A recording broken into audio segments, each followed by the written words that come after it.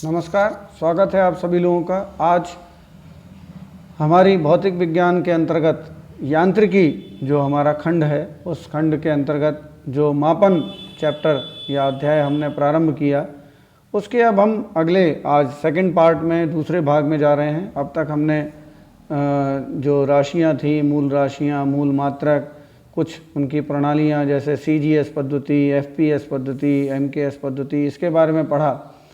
आज हम जो पढ़ने जा रहे हैं वो मूल रूप से हम SI प्रणाली पढ़ने के लिए जाएंगे। जैसा मैंने कल आपको बताया था, अंतर्राष्ट्रीय मात्रक पद्धति, सिस्टम इंटरनेशनल यानी SI यूनिट्स। तो कई बार परीक्षा में, छोटी परीक्षाओं में खास तौर से SI का मतलब पूछ लेते हैं कि SI का क्या मतलब है।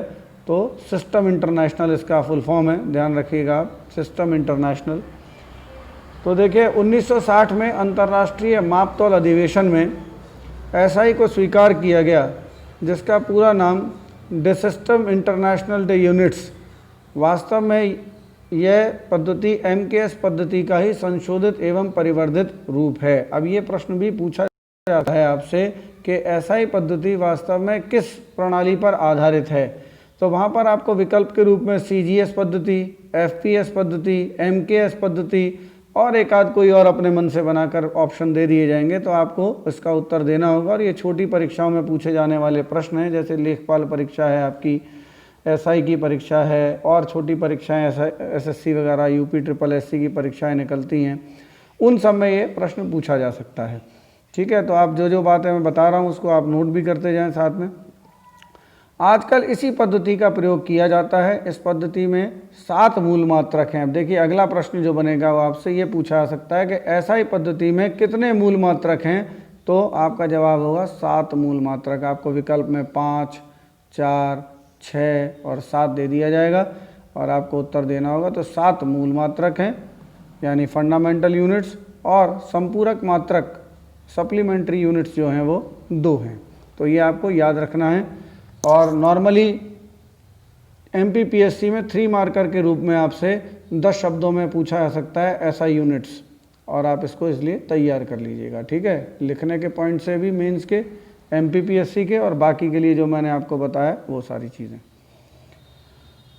तो आगे देखते हैं हम लोग। अब देखिए ये कौन कौन सी फंडामेंटल यूनिट्स हैं, इसको आप समझते जाएंगे। सबसे पहले लंबाई, इसका मूल मात्रक हमारे इसमें मीटर है। SI में लंबाई का मूल मात्रक मीटर होता है।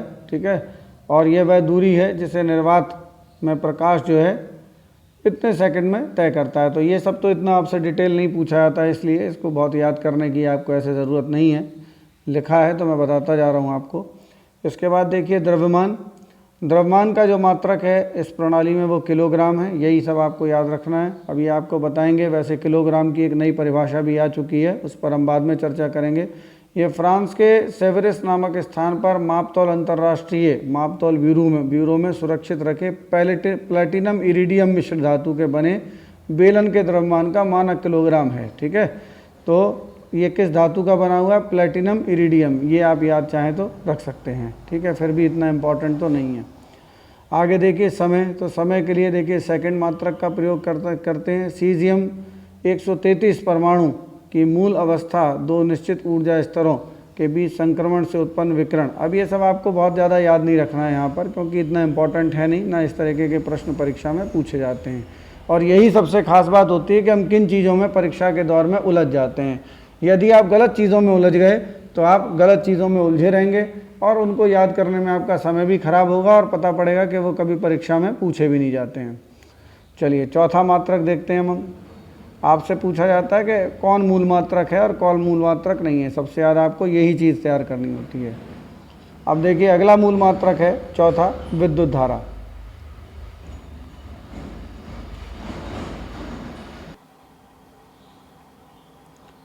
अगला मात्रक हमारा है विद्युत धारा। तो विद्युत धारा का मूल मात्रक एम्पियर होता है, ये आपको याद रखना है। ठीक है, लेकिन इसकी परिभाषा आप जान लीजिए थोड़ा सा, कभी कभार आपके काम में आ सकती है फिजिक्स के पॉइंट ऑफ व्यू से, तो मैं समझा दे रहा हूँ आपको ये परिभाषा। यदि 2 लंबे और पतले तारों को निर्वात में, इनकी लंबाई भी अनंत होती है। ठीक है, अनंत लंबाई के 2 तार लंबे और पतले तारों को निर्वात में एक दूसरे से 1 मीटर की दूरी पर समांतर रखा जाए। जैसे एक तार ये है और एक तार ये है, दोनों तारों को अगर समांतर पैरेलल रखा जाए तो उन ऐसे परिणाम में समान विद्युत धारा प्रवाहित की जाए जिससे उनके बीच प्रति मीटर लंबाई में 2 × 10⁻⁷ न्यूटन का बल लगे। इनके बीच में क्या लगे? बल लगे, दोनों तारों के बीच में। उसकी वैल्यू कितनी होगी? 2 × 10⁻⁷। ठीक है, तो वो जो धारा होगी उसका मान क्या होगा? 1 एम्पियर होगा। ये परिभाषा थोड़ा सा आप ध्यान रख लीजिएगा, टेक्निकली मेंस में भी पूछा जा सकता है विद्युत धारा की परिभाषा 3 मार्कर्स में, तो आप ये परिभाषा दे देंगे। ठीक है, चलिए आगे देखते हैं। ताप, तो ताप का एसआई प्रणाली में जो मात्रक है वो केल्विन है। वैसे तो आप जब हीट पढ़ेंगे तो सेल्सियस पैमाना पढ़ेंगे, ठीक है, फ़ारेनहाइट पैमाना पढ़ेंगे, लेकिन यहाँ जो मात्रक है एसआई प्रणाली में वो केल्विन है, ध्यान रखिएगा। जल के त्रिक बिंदु ट्रिपल पॉइंट की ऊष्मागतिक ताप के 1.27, ये सब आप अभी याद ना करिएगा, ठीक है ना, इसका कोई मतलब भी नहीं है खास जो पूछा जाए, और यही मैं आपको बार बार बता भी रहा हूँ। कितना छोड़ना है, कितना करना है, ये भी ध्यान रखना है। चलिए भाई, ये ज्योति तीव्रता, ल्यूमिनियस इंटेंसिटी, इसका मात्रक कैंडेला होता है। ज्योति तीव्रता मतलब इसका मतलब ये होता है कि भाई किसी चीज़ से कितना प्रकाश आपको जो है मिलेगा, कितने हिस्से में कितना प्रकाश मिलेगा, ये बेसिकली ज्योति तीव्रता है। यदि आप अपने एलईडी लैंप्स देखोगे, यदि आप अपने CFLs देखोगे तो वहाँ पर जो है आपको ये चीज़ देखने को ल्यूमेन प्रति वाट लिखा हुआ मिल जाएगा आपको। तो कैंडेला जो है लुमिनस इंटेंसिटी को मापता है। किसी निश्चित दिशा में किसी प्रकाश स्रोत की ज्योति तीव्रता एक कैंडेला कही जाती है जब वह स्रोत उस दिशा में 540 × 10⁻12 हर्ट्ज़ का तथा 1/683 वाट प्रति स्टेरेडियन तीव्रता का एक वर्णीय प्रकाश उत्सर्जित करता है। ठीक है, तो यहाँ अब मैंने कहा बहुत सारी बातें हैं और ये भी चीज़ पूछी ही जाती, सिर्फ आपसे पूछा जाता है कि ज्योति तीव्रता का मात्रक क्या है, कैंडेला। ज़्यादा फिज़िक्स का पेपर नहीं होना है, तो आपको उतना पढ़ना है जितना ज़रूरी है, बता सब रहा हूँ मैं आपको। 7वां और अंतिम मूल मात्रक है पदार्थ की मात्रा, ठीक है, अमाउंट ऑफ सब्सटेंस, जिसका मूल मात्रक होता है मोल। ये बहुत इंपॉर्टेंट है, ये भी आप याद रख लीजिएगा।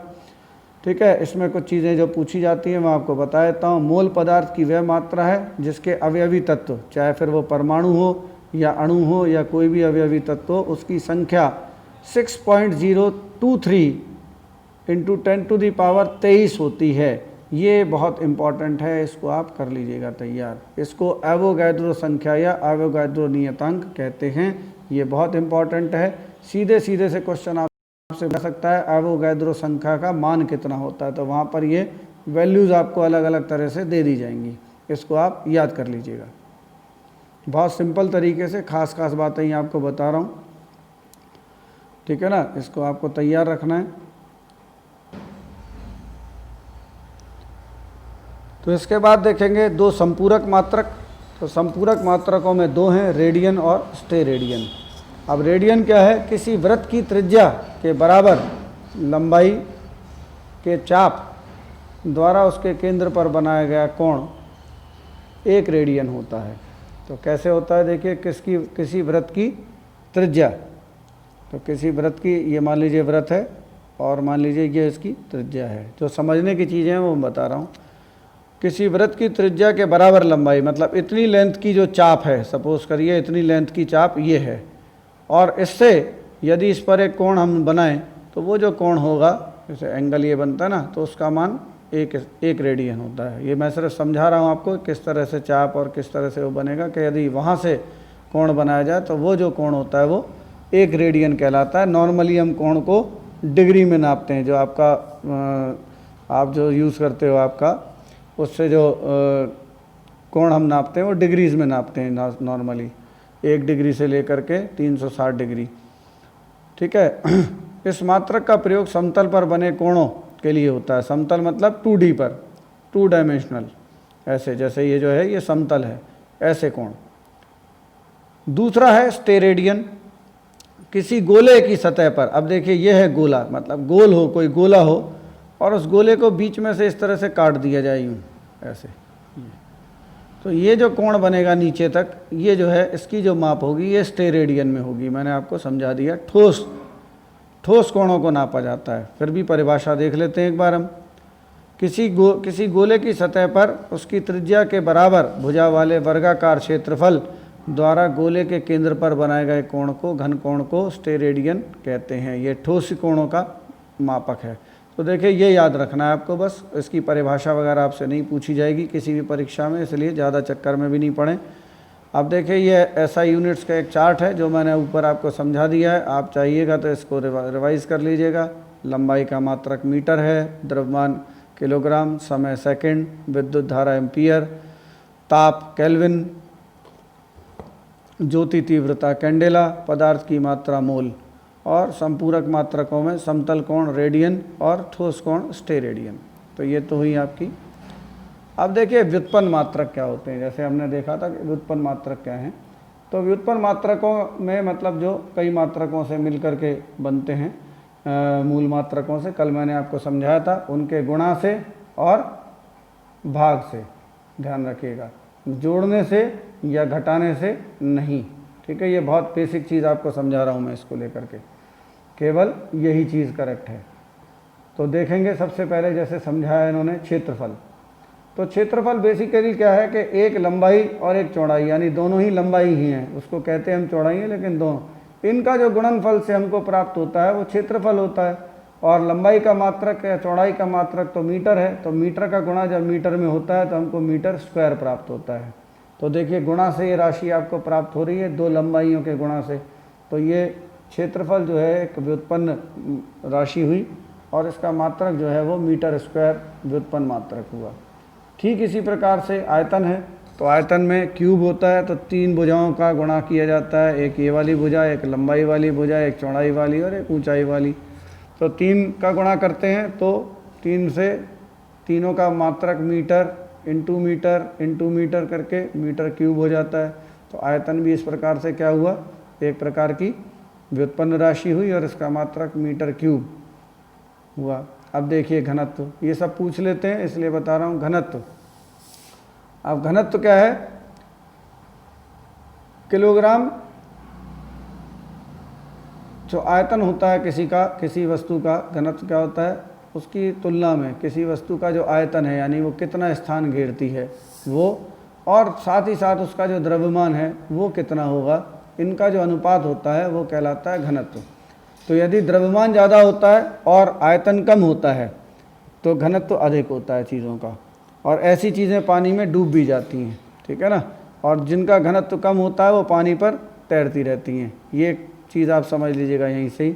तो चूँकि द्रव्यमान और आयतन का अनुपात है तो इसका मात्रक वही होगा जो आयतन का मात्रक और द्रव्यमान का मात्रक है, यानी किलोग्राम प्रति मीटर क्यूब, या ये तो घनत्व ये सब पूछा जाता है। इसके बाद देखिए चाल, तो मैंने कल आपको समझाया था, फिर भी देख लीजिए चाल।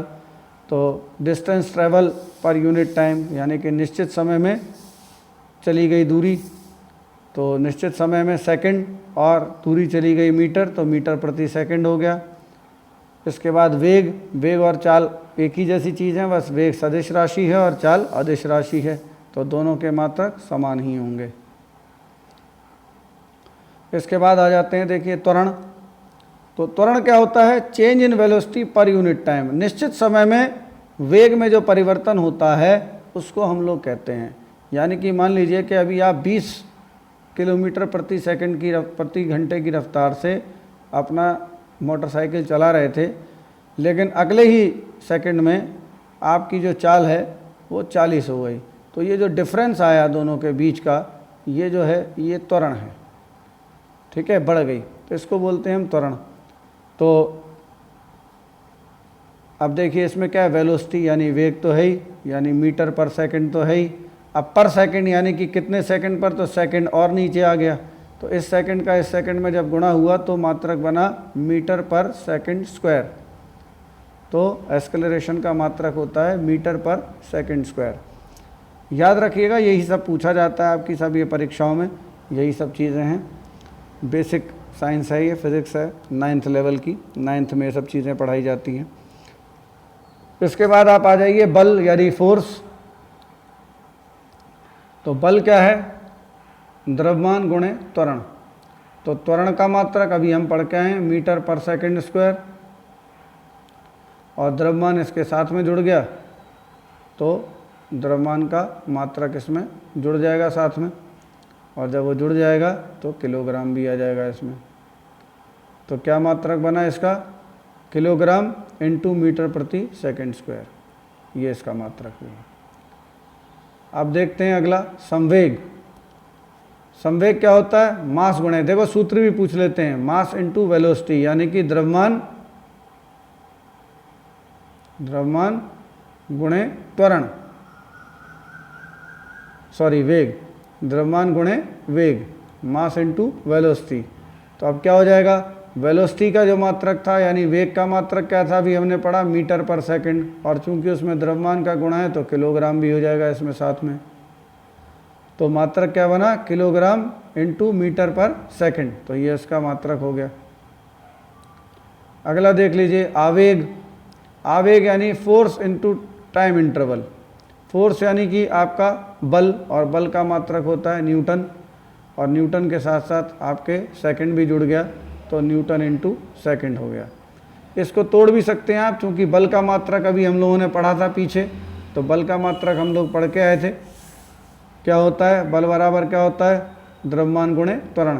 तो इसको आप तोड़ सकते हो न्यूटन को द्रव्यमान गुणे त्वरण में, और साथ ही साथ इसका गुणा कर सकते हो। तो जो चीज़ आपको प्राप्त होगी आपके लिए प्रश्न के रूप में हो गया कि आप मूल मात्रकों के रूप में मुझे आवेग का मात्रक बताएंगे कमेंट में, ठीक है ना।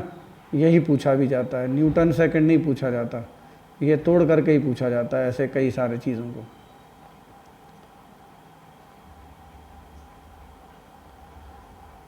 ठीक है, तो आज हमने इतने पढ़े, कल हम और कुछ चीज़ें पढ़ेंगे इसके आगे, और इस चैप्टर को कल हम ख़त्म कर देंगे।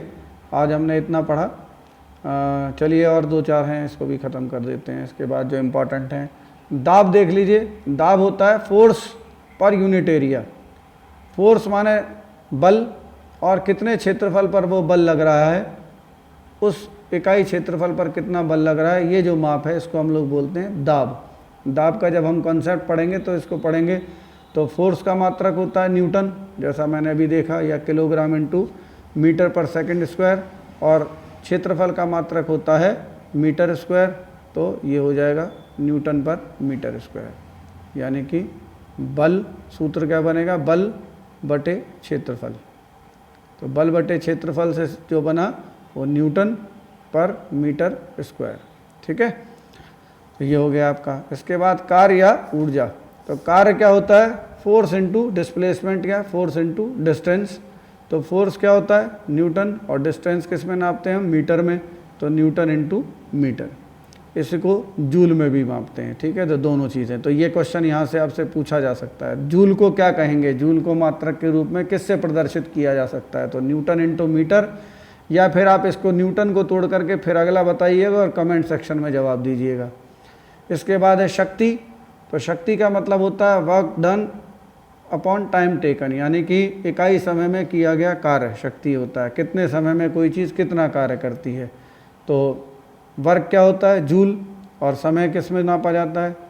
सेकंड में, तो जूल पर सेकंड। तो ये जितने भी इम्पॉर्टेंट आपके व्युत्पन्न मात्रक हो सकते थे जो पूछे जाते हैं परीक्षाओं में, वो मैंने यहाँ पर आपके लिए कवर कर दिए हैं। आशा करता हूँ कि आपको ये लेक्चर समझ में आया होगा। आप इसको बार बार रिवाइज़ करके तैयार करें। मैंने समझाने की भी कोशिश की है, यही पूछे भी जाते हैं। आगे हम एक लेक्चर जब ये ख़त्म हो जाएगा तो देखेंगे और लेंगे कि कौन कौन से मात्रक परीक्षाओं में विभिन्न किस्म की पूछे गए हैं। तो अगले लेक्चर तक के लिए धन्यवाद। और आपको अगर ये लेक्चर पसंद आता है तो भाई लाइक करिए, कमेंट करिए, शेयर करिए। कोई कमी नज़र आती है तो कमेंट सेक्शन में बताइए।